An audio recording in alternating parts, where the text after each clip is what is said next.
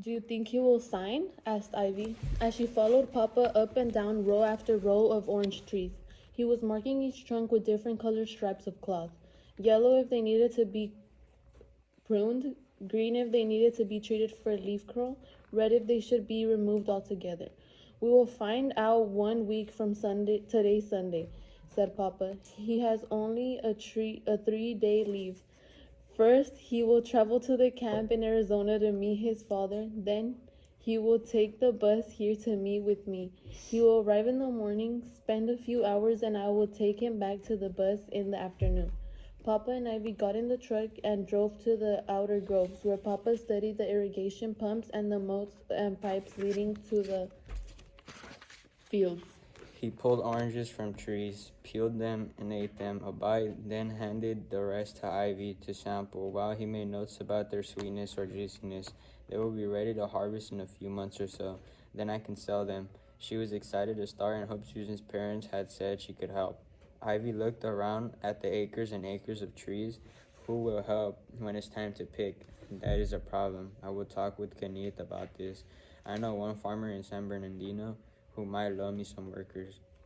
So many men are at war, so many women are in the factories that there are not enough people to harvest. The United States is begging for braceros from Mexico because there are not enough strong arms left in the United States.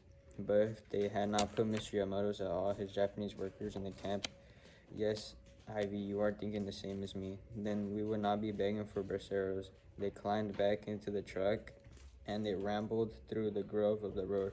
Papa, can you drop me at the Yamamoto so I can water the garden? And I can show you the radishes. They are already up.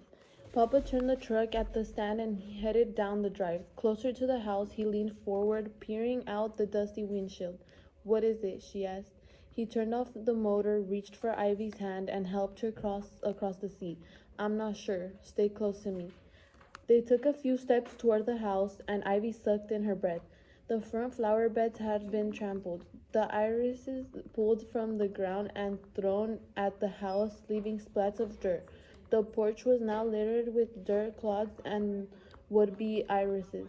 Ivy blinked, making sure it was real. She pulled her hand from Papa's and ran to the side of the house. Someone had rampaged her ward garden with a shovel. The radishes sprouts had been chopped and scattered in clumps across the yard.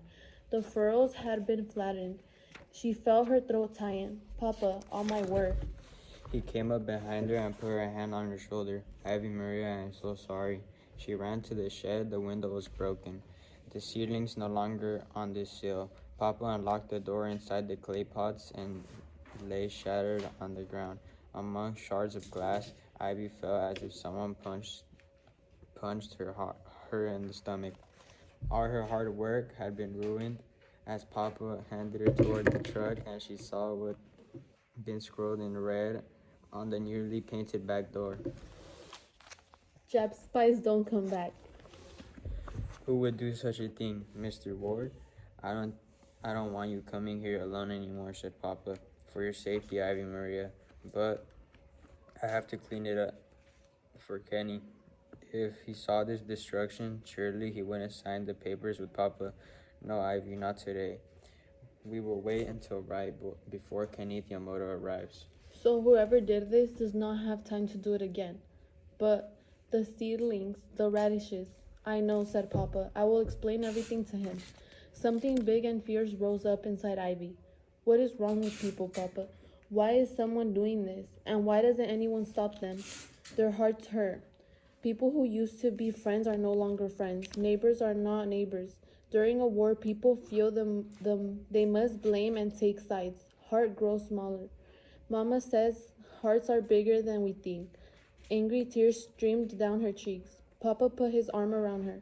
Ivy Maria, how did you get so wise so quickly? Where's that girl with her head in the clouds? I think I miss her a little. He squeezed her shoulder. Can you play me something in the harmonica?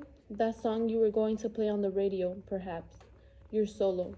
He reached into his pocket, pulled out some coins, and sorted throughout them, and handed her a penny. She took the penny and hugged Papa.